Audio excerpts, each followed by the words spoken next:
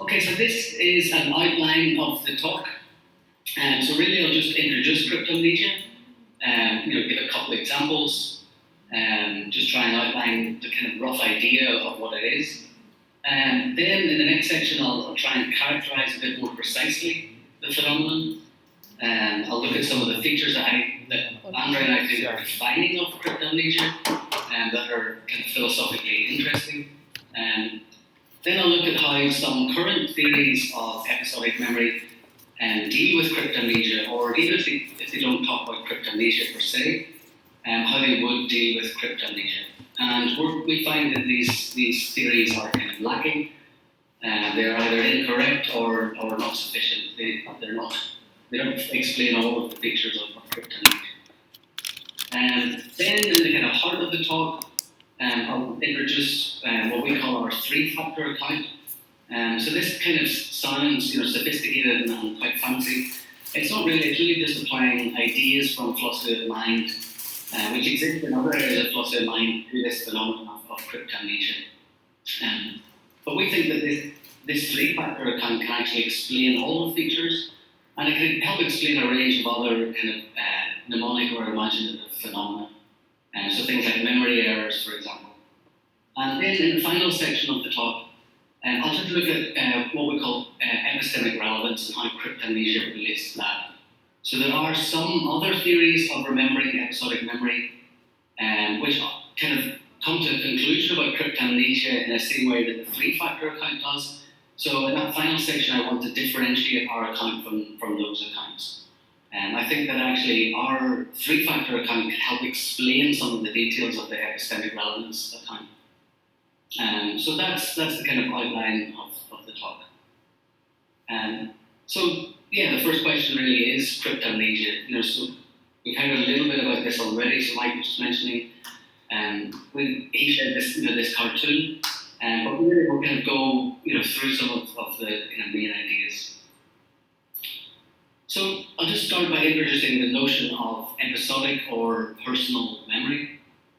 So this type of memory permeates many facets of human life. So you think of probably yourself, I'm sure, from the judicial system and eyewitness testimony, to forming and maintaining personal relationships, friendships, for example, and to giving us a sense of diachronic continuity, a sense of personal identity. So this type of memory is central to many aspects of what it means to live a rich and meaningful life. So given this importance of episodic or personal memory, it's vital then to know the difference between remembering and other similar states. It's going to be vital to distinguish genuine memories from mere imaginings that are mistaken for memories. So for example, if you're on the eyewitness stand and you're giving testimony, it's important to know if you're kind of genuinely remembering or not, or whether this was, if you're just imagining the scenario that you're giving evidence about. And it's also important to know the kind of source of your memory. So it's important to know that you may be remembering, but you may be remembering dream content. So it's important to distinguish kind of genuine episodic memory, which is your memory for events in the personal past, from these other similar states. But the inverse relation is also true. It can be just as important to identify what may in fact be remembered content, but is taken to be imagined. So Cryptomnesia refers to this phenomenon. So Cryptomnesia, one takes oneself to be imagining, but the thought or idea that one entertains actually involves remembered content. So as I mentioned at the start of the talk, Cryptomnesia can often result in unconscious plagiarism or self-plagiarism. And this happens when you remember an image, a song, or an idea that you previously experienced, but you mistake this for something that you created or invented. So there's a sense in which we might be able to say that in such cases you appear to be unsuccessfully imagining. So you take yourself to be imagining, but there's something kind of mnemonic about the phenomenon, and the content is one that is kind of remembered. So, I'm sure you can already think of examples, the world of kind of literature and scientific creation And music is kind of littered with these examples of cases of cryptomnesia. And some of them are controversial because, the kind of line between deliberate plagiarism and kind of cryptomnesia may be a fine one. But there are, many, many examples. So an interesting one apparently appears in Nietzsche's writings, and thus spoke Zarathustra. So Carl Jung apparently identified a kind of a passage that he thought was copied from a different author's work, but it appears in Thus Spoke Zarathustra. And the original passage was written some 50 years before Nietzsche's writings. However, rather than accuse Nietzsche of deliberate plagiarism, Jung believed that he had cryptomnesia, or what's sometimes called the concealed recollection of a textual memory. So, on Jung's view, the previous text had secretly crept up and reproduced itself in Nietzsche, and shows how the unconscious layers of the mind work. So the idea is that this passage of text appeared in Nietzsche's writings, but Jung didn't believe that he had intentionally copied the previous work, but really that he had somehow thought this was an interesting idea, and he thought he was kind of inventing this or taking this and giving this example. Brand new, he had invented it. So there's a sense then in which our memory systems seem to work like magpies. I'm not sure if all of you are familiar with this type of bird, but there's, it's rumoured or kind of reputed to kind of steal shiny, bright objects. And it seems that our memory systems somehow work like this, or at least they work as kind of forgetful magpies. So we seem to kind of, come across these nice, bright, shiny ideas, and we kind of collect them, but then we kind of fail to, realise that we're reproducing them, and we think that we've invented them again. So this is captured quite nicely in the words of Dolly Parton, the famous country music singer. So she tells us that you don't set out to try and steal anything, but it can happen. If you write all the time, you're going to collect those things and not know it. So, as I mentioned, this example speaks quite nicely to the world of musical creation. And because, we hear lots of music, if you're a musician, you're always kind of listening to new music, etc. And so we can be influenced by what we've heard. And so the next example, I'm actually going to use this as a kind of case study. And I think this is an interesting example. So this is from the world of musical creation. So George Harrison of the Beatles, he wrote a song called My Sweet Lord. And it seemed to bear an uncanny resemblance to an earlier song which was written by Ronald Mack for a group called the Chiffons. And that song was entitled He's So Fine. So the kind of the resemblance was kind of so marked that actually there was a lawsuit brought against Harrison. He was charged with copyright infringement. And he went to trial, and this was kind of quite a famous and controversial trial. And so during the trial, Harrison admitted that he had heard the Chiffons song, but he denied intentionally copying it. So in the end, Harrison was found guilty of infringing copyright, and so they thought that he did infringe copyright. But there was this aspect that the idea is that he didn't deliberately do it. And so did Harrison deliberately use the music of He's So Fine? I do not believe he did. This is the words of the judge in the case. So it seems that again we have this example of cryptomnesia. So Harrison has somehow kind of reproduced, perhaps in a slightly different form. We'll look into this in more detail later. But he's kind of somehow remembered some content, but he's taken it to be an invention of his own. But there's a sense in which the judge at least seems to agree with that.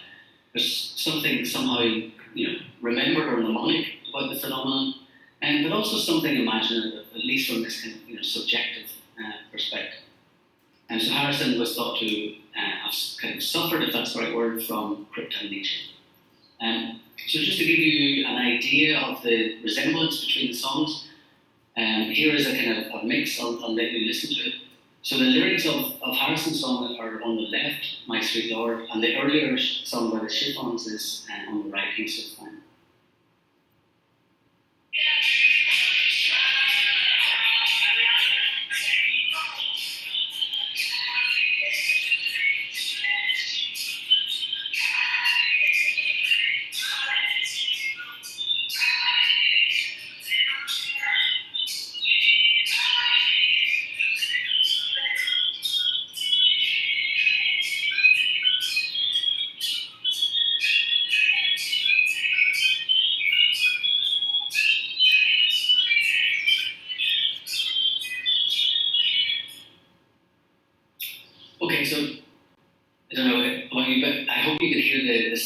varies between the song, and I actually think the mix of the song is quite good. It would work quite well.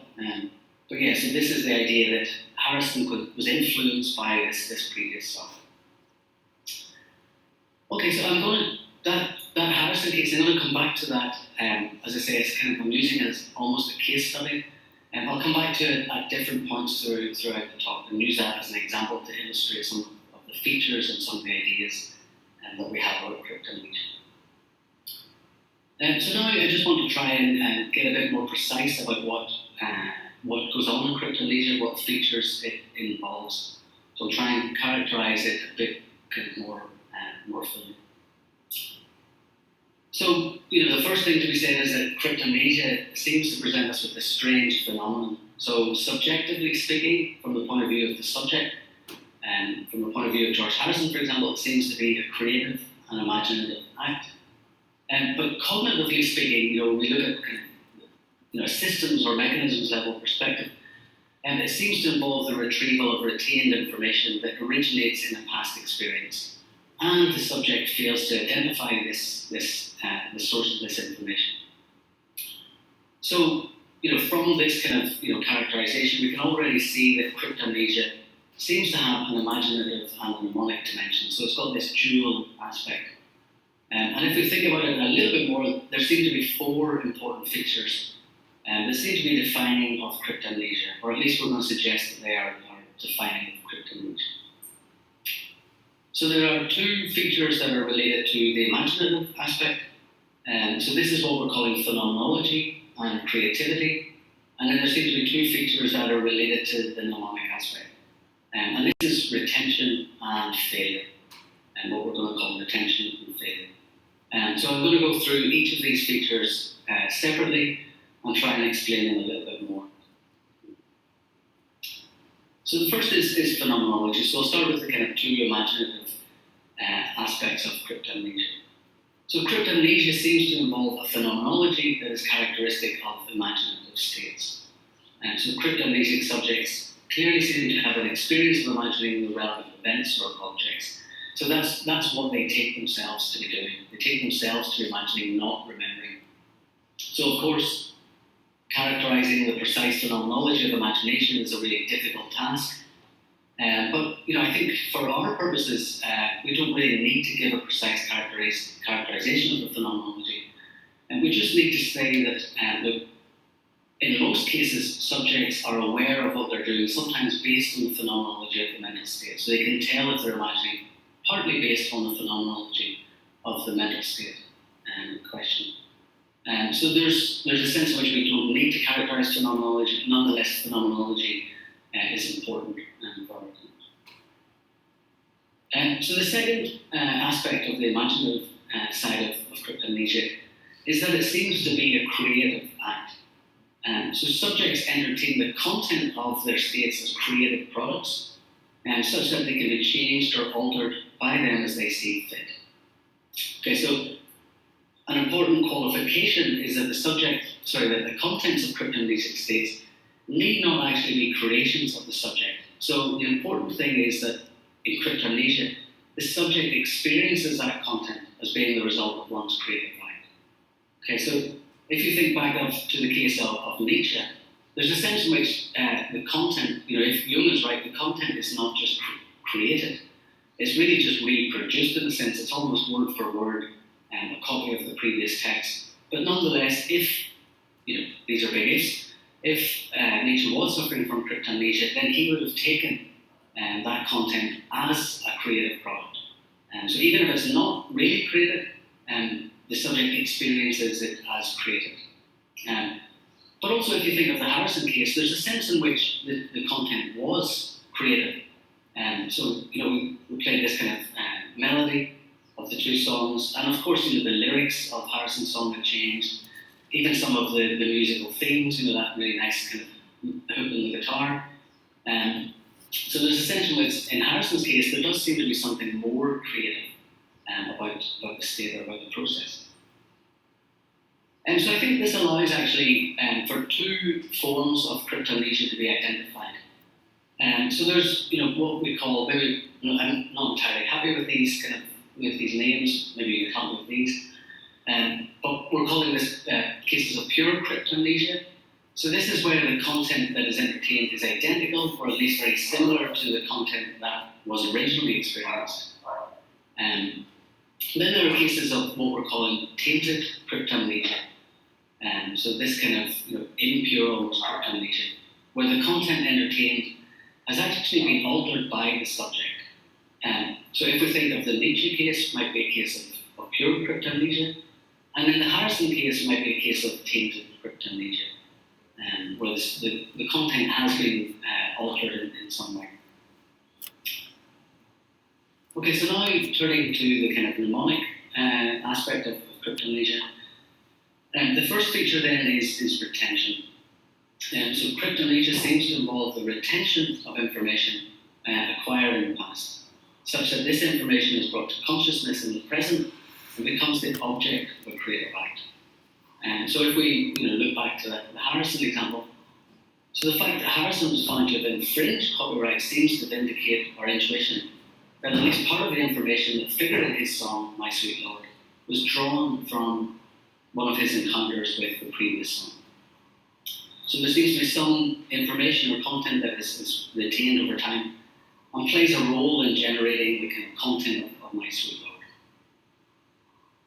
And so this idea of retention, if you're in any way familiar, I know some of you are and some of you may not be, with the memory literature, so this term retention is kind of almost a loaded term. It seems to invoke a kind of preservationist view of memory, which is pretty much out of fashion. The idea that memory works like a video recorder or a camera, and capturing every detail, for example. We don't mean it in that sense. So we want to say that we want to keep this notion of retention to be compatible with multiple theories of remembering. So including what we'll look at in a moment, our causal and simulation theories. And so really they have different ways about specifying the conditions on successful remembering. And really what we mean by retention is whatever, you pick your theory of remembering, and whatever kind of they say that successful remembering involves, retention is going to be built into that notion. So if you're a causalist, as we'll look at next, it might involve memory trees, but simulationists, they reject that idea, so it might involve something like a reliably functioning episodic construction system. But whatever way your theory of episodic memory kind of spells out the conditions for successful memory, retentions will be involved. And so then the final kind of feature, which is related to the mnemonic dimension of cryptomnesia, is this idea of failure. So cryptomnesia appears to involve a failure by the subject to identify the content of their mental state as originating in an experience they previously had. And so I think it's important to note that, Harrison doesn't deny having heard Mac's song before. And so he seems to kind of remember, that he has heard it, he seems to have this kind of semantic knowledge. But nonetheless, what he does deny is that his having heard the song, his experience of the song, played a role in his creation of My Sweet Lord. Okay? So he's failing to identify that aspect, and that his hearing of the song actually is playing a role in his creation of the new song. So it seems then that cryptomnesic subjects fail to identify the source of information contained in their mental state. And so this is what we're calling failure. And so these are the four features of cryptomnesia that we take to be definitive of the phenomenon, and that are philosophically interesting, and that I think any kind of theory should try and explain. But I guess one question before I move on and look at some theories of remembering and how they would deal with cryptomnesia is really this question of whether cryptomnesia is an episodic phenomenon. And I guess all probably already thinking, couldn't the mnemonic aspect of cryptomnesia be explained in terms of the relationship between the phenomenon and other forms of memory, such as semantic memory? So I'll just briefly offer two reasons why we think that cryptomnesia is an episodic phenomenon, or at least should be treated as an episodic phenomenon. So one is slightly more theoretical, and one is slightly more practical. So in terms of the theoretical reasons, this actually relates to this idea of failure. So what seems to be puzzling about cases of cryptomnesia is that we fail to recognize the entertainment content as originating in our past experiences. Okay, so Harrison, as we just saw, thinking about this idea of failure, seems to semantically remember Mac's song. So he recognizes that song, he's admitted that he heard it, but what he does deny is that the content of his song originates in one of his experiences of the song, of that original song. So if the mnemonic character of cryptomnesia were simply restricted to the operation of semantic memory, then it would be hard to make sense of why Harrison was not charged with deliberate plagiarism.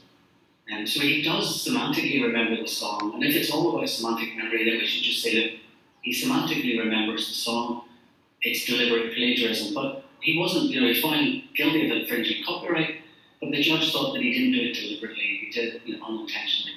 So there seems to be something else going on, there seems to be something importantly related to Harrison forgetting that his experience of the song was part of the kind of creative process.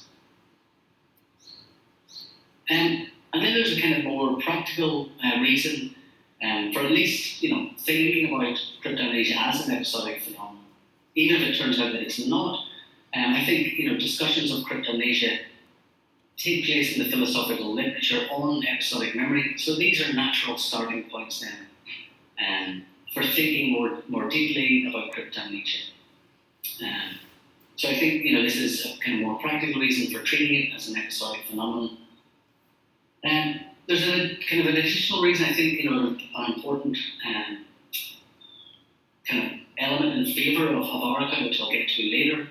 As we'll look at next, both the classical causal theory of memory and the simulation theory, which are theories of episodic memory, classify cryptomnesia as episodic remembering, whereas the account that I'm going to develop later in the talk says that it is not episodic remembering. So even if cryptomnesia does turn out not to be an episodic memory phenomenon, but just a memory phenomenon, then I think that our three-factor account is better placed to explain it. So I think we're going to be treating cryptomnesia as an episodic phenomenon, but even if it turns out that it's not an episodic phenomenon, or it's not fully an episodic phenomenon or something like that, I think the three-factor account can help explain this.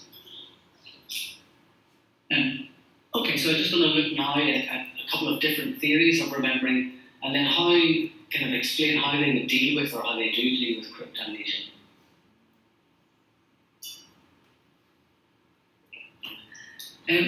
So the first theory that we'll look at is the causal theory, or what's sometimes called now, because there are many causal theories, many versions of the causal theory.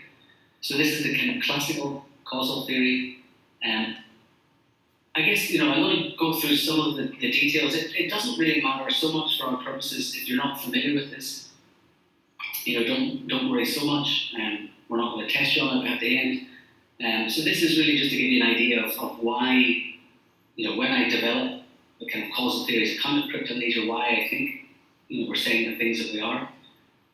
So the causal theory of memory was, there are various kind of causal theories in the literature, but the kind of systematic outline of the causal theory was offered by Martin Deutscher, and they say that successful remembering occurs if three conditions are met. So the subject has an more or less accurate or current representation of a past event, the subject experienced this event in the past, and then there's an appropriate causal connection between the two representations. So there's kind of this causal connection that kind of acts as a middleman almost between these two representations. So for most causal theorists then, the important question is outlining what this notion of appropriate causal connection, an appropriate causal connection is. And for Martin Deutscher and most causal theorists, it means that there's a memory trace. So there's a memory trace which connects your past experience and your present memory. And this, when these three conditions are satisfied, and you have a memory trace, as the third condition, then you can be counted as successfully remembering. So these are the conditions that the causal theory places on successful remembering. So then the question would be, how would causal theorists classify cases of cryptomnesia? So I think, even from that brief characterization, I hope to see that there's at least a way in which we can make it clear that cryptomnesic states satisfy the three conditions postulated by the causal theory. So they have some previous experience of a song, for example, and they have a current representation which is more or less accurate. If you think of the Nietzsche case, for example. And then, plausible interpretation is that they have some memory trace which is really connecting those two experiences. And, there may be, Martin and Deutsch are kind of clear about this. There may be other ways, apart from appealing to memory trace, that you could explain some phenomena like this, or even remembering phenomena, but they think that it's very plausible that, in these types of cases, there is a memory trace. So it would seem then that on the causal theory, at least the classical causal theory, cryptomnesic subjects are episodically remembering because all the conditions are satisfied. And even if you don't see this, I think Martin and Deutsch actually discuss a case which is broadly similar and structurally similar to cryptomnesia, which they do count as episodic remembering. And so this seems to speak to this interpretation. And so the painter case is where this is a thought experiment. So we're asked to imagine that a painter is asked to paint an imaginary scene. So he's asked to kind of invent and create a new scene and paint it. And so he paints this scene of a kind of farmhouse. And he takes this to be a creative and imaginative act. But then the painter's parents come along and they see the picture and they say, oh, this is exactly the scene that you witnessed when you were younger, a certain age. So the painter doesn't think he's remembering, but the parents say that you witnessed this scene. This is an exact copy of a scene that we all witnessed together, and this is you remembering. So in Martin and Deutsch's interpretation of this, they say that if this state involves a memory trace, then the painter counts as remembering, even if he takes himself to be imagining the scene. So, as I mentioned, there may be other ways where we could explain this type of painter case. But Martin and Deutsch think that a plausible explanation is that there is in fact a memory trace, and hence the subject is remembering. So we can see the similarity between the painter case and these kind of proper cryptomnesic cases, and on the causal theory they seem to be remembering. So I'm just going to outline now some problems with the causal account. So the causal theory, I think, only provides a partial explanation of the mnemonic dimension of cryptomnesia. So it seems to be able to make sense of the idea of retention. So of course, the causal theory has a nice explanation of this by appealing to a memory trace. But it seems that failure is left unexplained. So of course, Martin and Deutsch recognize that the painter, for example, or cryptomnesic subjects fail to recognize that they are remembering. But they don't really offer any explanation of this. They don't tell us why this might be the case. So this, mnemonic dimension of cryptomnesia is only partially explained. I think furthermore, the causal theory also fails to account for the imaginative dimension of cryptomnesia. So they fail to account for the phenomenology, the fact that the painter takes himself to be imagining, and also for the kind of creativity involved. So if we return to the Harrison case, there seems to be some kind of creative aspect to the phenomenon. And the causal theory doesn't really seem to capture those aspects. So again, just to return to this Harrison case, the causal theory doesn't provide a complete explanation of cases such as George Harrison's. So it doesn't account for why Harrison took My Sweet Lord to be the result of a creative and imaginative act. So it's really not accounting at all for this imaginative dimension of cryptomnesia. Okay, so the next theory that I want to look at is the simulation theory of remembering. So this is really a kind of direct rival to the causal theory.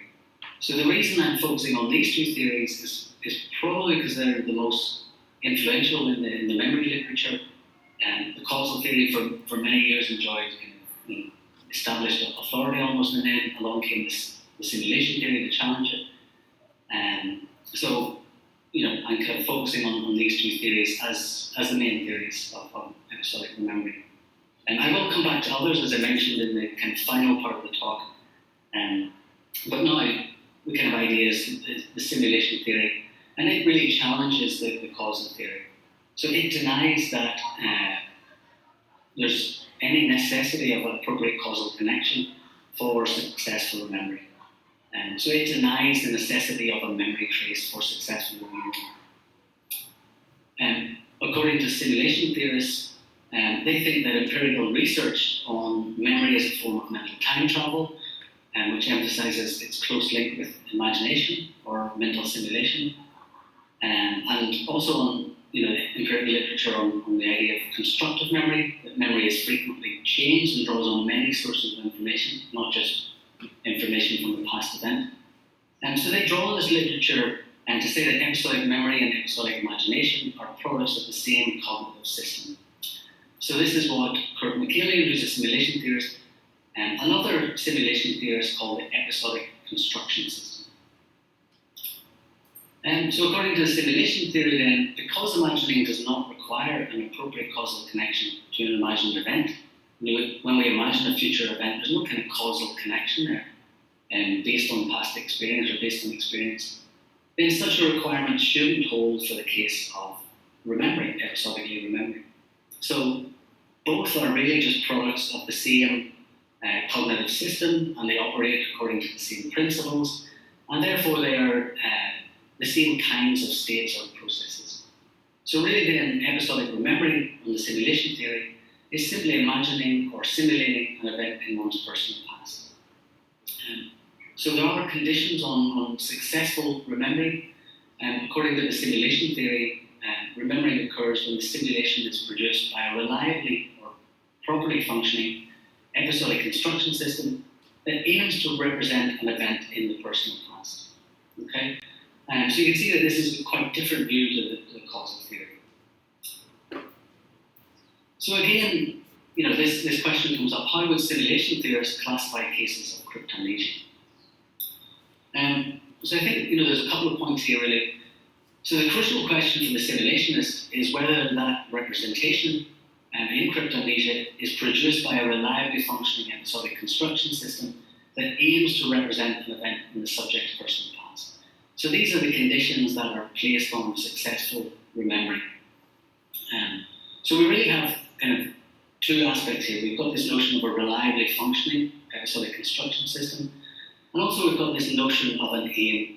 What is it for the system or the subject, for example, to aim to represent an event from the personal past? So if we take the kind of first condition first, I'm going to kind of take it as an assumption that in cryptomnesic states, the system is functioning reliably. So these states, or the processes that lead to these states, are produced by a reliably functioning episodic construction system. So just in a moment, I'm going to look a little bit in more detail about what the simulation theorist says about cryptomnesia.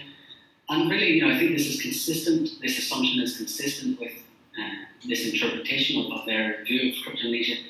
There's nothing in what they say to suggest that this system is functioning unreliably in these cases. So I'm going to assume that the system is functioning reliably.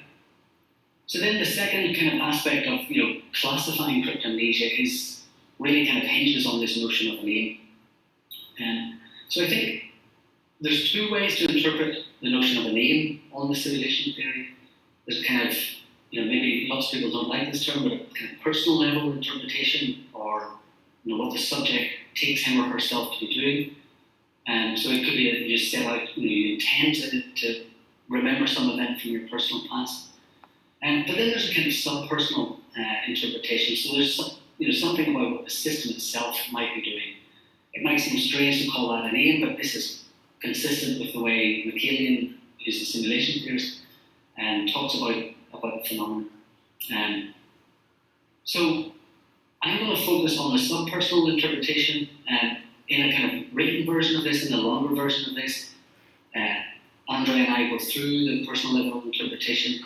We don't really, first of all, we don't think it's correct, and we don't really think it's in the spirit of what the simulationists wants to convey with their account of remembering in general. So really it doesn't seem to fit with the kind of systems level or mechanisms level perspective that the simulationist adopts. So I'm going to focus, for the purposes of this talk, on this subpersonal interpretation. So I think on the subpersonal interpretation of cryptomnesia, these states are classified as occurrences of episodic remembering. So despite the subject intending to represent an imagined event or object, so they kind of think that they're doing this, unbeknownst to that the subject, the episodic construction system itself represents an event from our personal past. So this is if this system itself is kind of producing this representation. So in a sense, it is aiming to represent an event, even if the subject doesn't kind of take him or herself to be representing an event from the personal past. So McCarroll offers two explanations, or possible explanations. He's kind of non-committal about this, but he offers two explanations about what goes wrong in cases of cryptomnesia. So McCarroll does actually discuss cryptomnesia as a phenomenon, not just the Painter case, and he suggests that there might be two possible ways that this happens, this kind of almost like an error. So he thinks that there could be a source monitoring error. So source monitoring is where we kind of monitor the source of the information that is contained in our memory representation, whether the source of that information is a previous experience, a previous dream, previous imagining, for example. But we might make in cryptomnesia some kind of source monitoring error. So we might think that we're imagining, but actually we're wrong, and the content comes from memory, and that's why it could be a source monitoring error. Or it could be a process monitoring error. So according to McCarroll, process monitoring is a distinct kind of meta-memory capacity, and it tells us what type of process we're engaged in, whether we are remembering or imagining, or imagining the future or the counterfactual past, for example. So we have this monitoring system which helps tell us what process we're engaged in. And he thinks that this is another potential explanation. So as I say, again, he's not committal about which of these explanations is the best, or really he doesn't go into much more detail, but it's just a kind of cursory explanation of what might be going on in cryptomnesia. So we think that on either metacognitive explanation, so either the source monitoring explanation or the process monitoring explanation of cryptomnesia, the result is that the subject is actually remembering even though she takes herself to be imagining. Okay? So the system somehow, something that seems to have gone wrong, the system actually aims at representing an event from the personal past. There's some kind of metacognitive failure, metacognitive error, and we fail to kind of recognize that content comes from remembered content. And so that's why the subject takes him or herself to be imagining, but it's actually episodic remembering. So there's a sense in which, even though they're very different theories, both the simulation theory and the causal theory seem to kind of classify cryptomnesia as episodic remembering.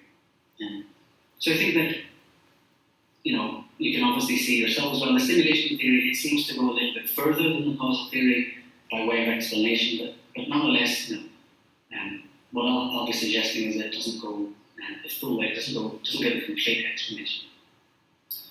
So what might be wrong with the simulationist account? So I actually think there might be problems. In the longer version, we actually go through each of the features of cryptomnesia and kind of offer a kind of an account of each, or outline problems of each, either on the source monitoring account or on the process monitoring account of cryptomnesia. But I'm going to kind of bracket all that. There's a lot of detail in that. So I think even if there's a solution to all those issues that we think arise, I think that the simulation theory still has problems fully explaining cryptomnesia. So part of the reason for this is that on the simulation theory, the cryptomnesic subject is remembering simplicity. So they're simply remembering. So of course subjects merely mistake what they are doing for an imaginative act. So this does in a sense bring in imagination, but that really doesn't imply that the state or process is imaginative. So it's just a mistake. They think they're imagining, but they're not. They're actually just remembering. But then I think this makes it difficult to see how cryptomnesia could be creative, and how it could have this kind of creative dimension. So at least in these cases of what we were calling tainted cryptomnesia, cryptomnesia often involves modifying mnemonic content, where the retained content is not just simply repeated or reproduced, but it's actually embellished or modified or changed. So I think, because in the simulation theory it's only really a mistake to think that you're imagining, that doesn't really account for this creative aspect of cryptomnesia. And I think this actually links into how the term cryptomnesia was first understood. So, at least from the research that I've done, I think that the first use of the term was by Theodore Flournoy, a psychologist, and the way he described it was that cryptomnesia involves latent memories that come out, sometimes greatly disfigured by subliminal work of imagination or reasoning, as so often happens in our dreams.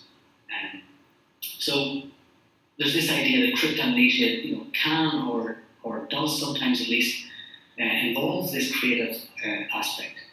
So again, if we think of the Harrison case, there's a lot of the detail, content has changed. Some of the musical themes and some of the lyrics, for example. So we think that it is simply not the case that in cryptomnesia the subject is simply remembering. So rather, there is something both imaginative and mnemonic about the process. So there seems to be this kind of dual aspect to cryptomnesia. And the simulation theory only seems to fully capture the remembering aspect, the mnemonic aspect. Okay, so just to take stock, there's a lot in there. We don't really need to kind of, remember and kind of, think about all the details of the theories. But the main idea is that, both the classical causal theory and the simulation theory, they classify cryptomnesia as episodically remembering. It's kind of just simply episodically remembering. Of course, in the simulation theory, we have an explanation of the error kind of involved. We take ourselves to imagining. But nonetheless, it seems to be an episodic memory phenomenon.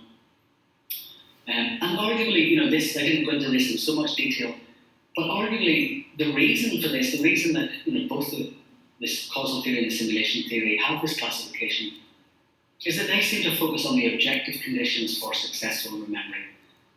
So, recall that there's nothing really in the causal theory that takes into account the kind of subject level or personal level aspect of the phenomenon. McCarroll simulation theory has this kind of source monitoring aspect which takes a step in that direction. But nonetheless, they're really focusing on this kind of systems or mechanisms level perspective almost. But what we will say, and what I've been emphasizing throughout the talk so far, is that cryptomnesia is somehow simultaneously mnemonic and imaginative. And so we think we have to account for both the kind of cognitive perspective and what's going on at the kind of systems level almost, but we also have to account for the subjective perspective, what the subject takes herself to be doing. So in the next section, what I'm going to try and do is kind of outline a theory which speaks to both these aspects of cognitive and subjective perspective. So in this section, I'm just going to outline our three-factor account of cryptomnesia.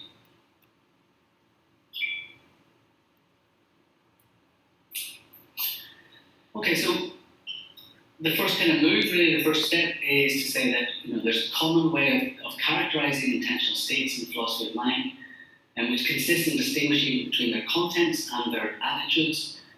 So I know, some of you, Mike, for example, in Tongue don't really like this notion, but nonetheless, I'm going to try and use it and adopt it. So the idea of the content is what the mental state is about, and then the attitude is the particular stance that is taken towards that content. So this distinction between attitude and content is supposed to help explain why we can have different mental states that have the same content. So if we think of propositional attitudes, things like beliefs and desires, we can have different mental states, like a belief or desire, that have the same content. So I can have a belief that there is beer in the fridge, for example, and I can also have a desire that there is beer in the fridge. And so the content in this case is a proposition, and that there is beer in the fridge, and the mental states have the same content, but nonetheless they involve distinct attitudes. And this helps to explain why they are in different mental states that play different roles in our cognitive economies. So I think most people, maybe not all people, most people agree that remembering and imagining are intentional states. They are states that represent or are about some object or state of affairs.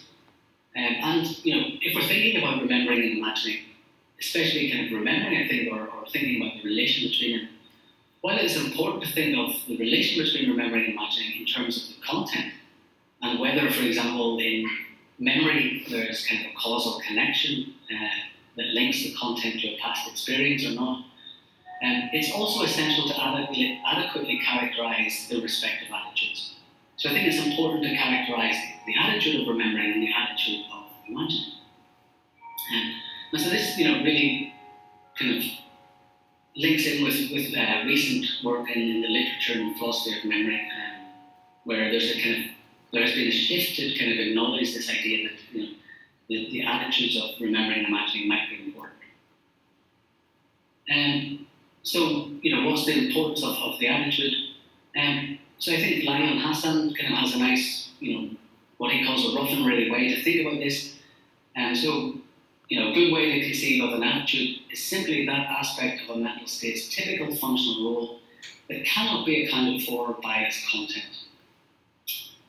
So if we think of remembering then, we might think that part of what it means to remember, part of what it means to episodically remember, is to entertain a content as past, as part of the personal past.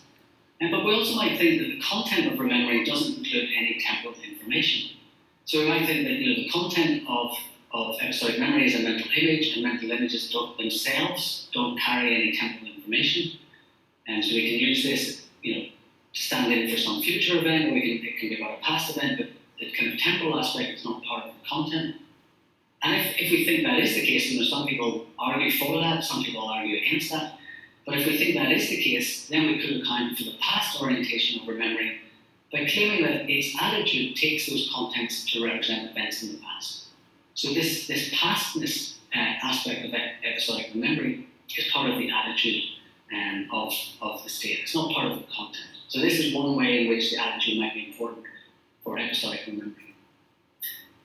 And this is importantly different to the attitude that is involved in imagining. So in imagining, we don't take the content, the mental image, to be part of our personal past. And that's precisely a kind of difference.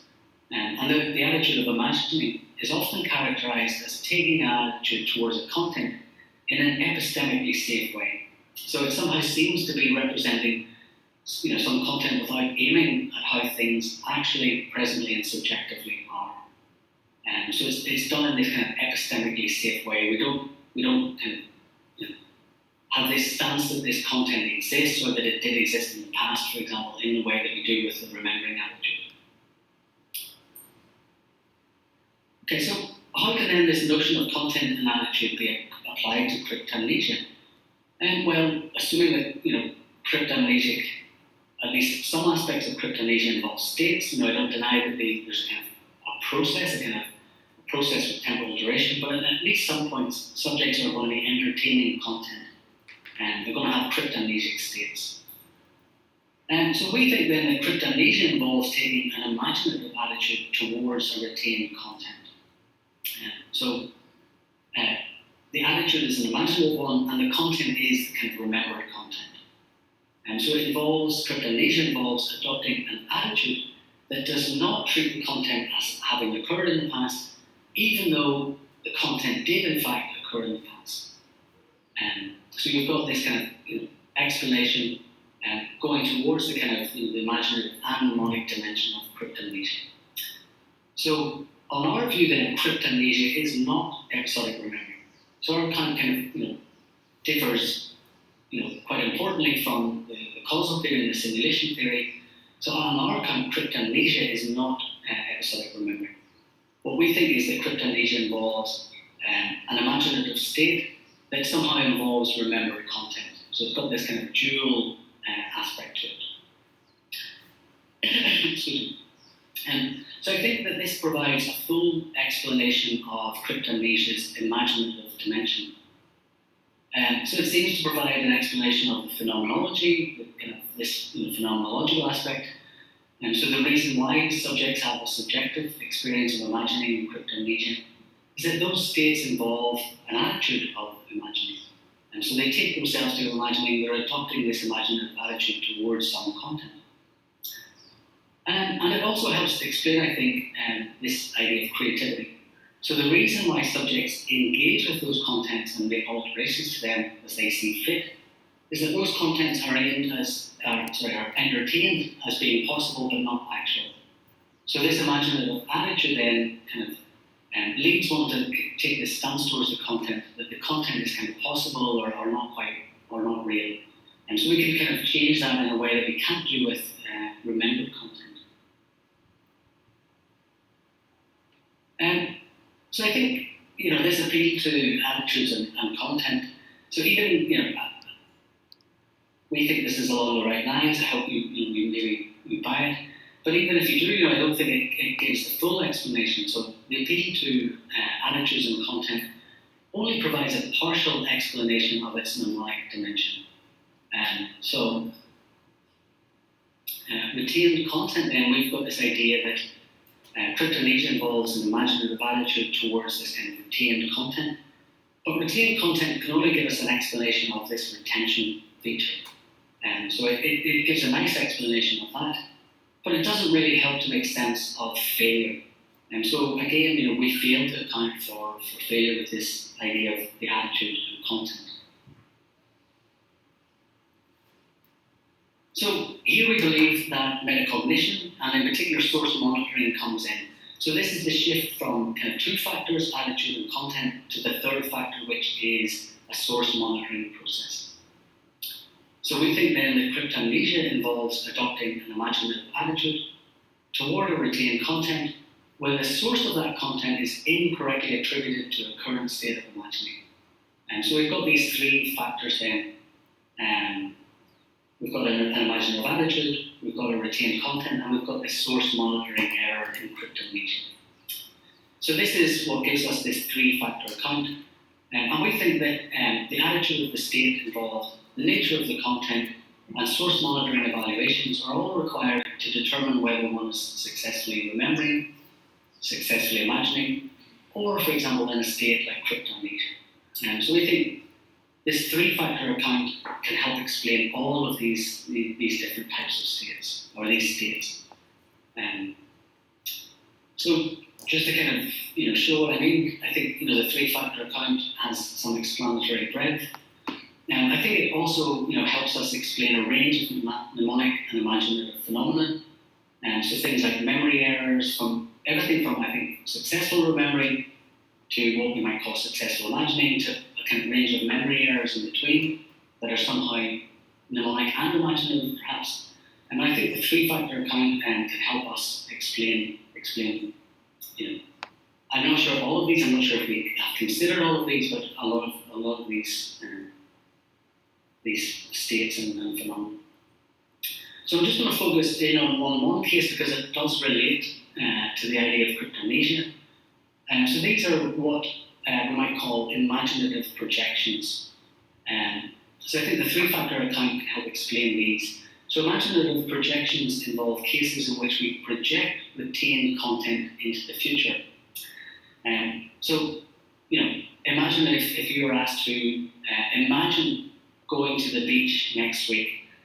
So this is something that I've been doing recently. So Karen has promised that once I arrive to Taipei, she's going to take us to the beach and show us have a nice time. So this is something that I've been doing kind of quite a lot recently, looking forward to it. But one way in which subjects might do this is you just might kind of remember some previous time that you went to the beach and then project that into the future. Okay? So this is this case of imaginative projection. And so I think interestingly, going back to the kind of literature on memory as mental time travel, so this is kind of one of the objections that was raised to this idea of memory as mental time travel. And so when we have this, Donna Rosatis and others, for example, showed that you have this neural overlap between imagining and remembering. And some people just say, look, well, of course we can explain that overlap, because subjects can simply remember some event and then project it into the future. And that's what explains this. So I think this is a real phenomenon, and it happens, I think quite a lot. So there's something quite similar to cryptomnesia in these cases. So in these imaginative projection cases, there seems to be both an imaginative dimension and a mnemonic dimension to the phenomenon. So we have some retained content, and we're kind of imagining it in the future or projecting it into the future. So focusing on these cases, it seems that, I'm not going to go into the details, but again, both the causal theory and the simulation theory would seem to classify this as either remembering or imagining. The details don't really matter for our purposes. But I think, again, the important point is that it's either one or the other. It's either remembering or imagining, depending on what conditions we plug in. But it doesn't really make sense of the kind of hybrid nature of these states. So these states seem to involve an imaginative attitude taken towards a retained content. And what the difference is between these states and cryptomnesia is that in these states, there's no source monitoring error. So they're kind of quite similar. We remember some content, we project that into the future with an imaginative attitude, but they don't really involve a source monitoring error. We're aware that we are kind of using content that is remembered content. But I think our three-factor count can help explain this phenomenon. Okay, so if I have time, I hope I have time, I'm just going to kind of in the last section, spend a bit of time on this kind of idea of epistemic relevance. So some views of remembering, which we might call causal epistemic views, actually suggest that kind of cryptomnesia type phenomena are not episodic memories, are not episodic remembering, which seems to be a similar conclusion to the three-factor account. So I'm just going to outline the kind of differences between our view and these type of views. So let's return to the case of the painter. So as I mentioned, philosophical discussions of cryptomnesia are rare. As I think perhaps McCarroll's discussion is really the only one, or one of the only ones. But nonetheless, the painter case, which we looked at earlier, is a broadly similar phenomenon. And indeed, we easily imagine a cryptomnesic version of the case. So instead of the painter, experiencing some natural scene that they experienced in the past, kind of this where they viewed a painting in the past and kind of then copied that painting. So we could easily turn it into a proper cryptomnesic case. But nonetheless, I think it's importantly similar.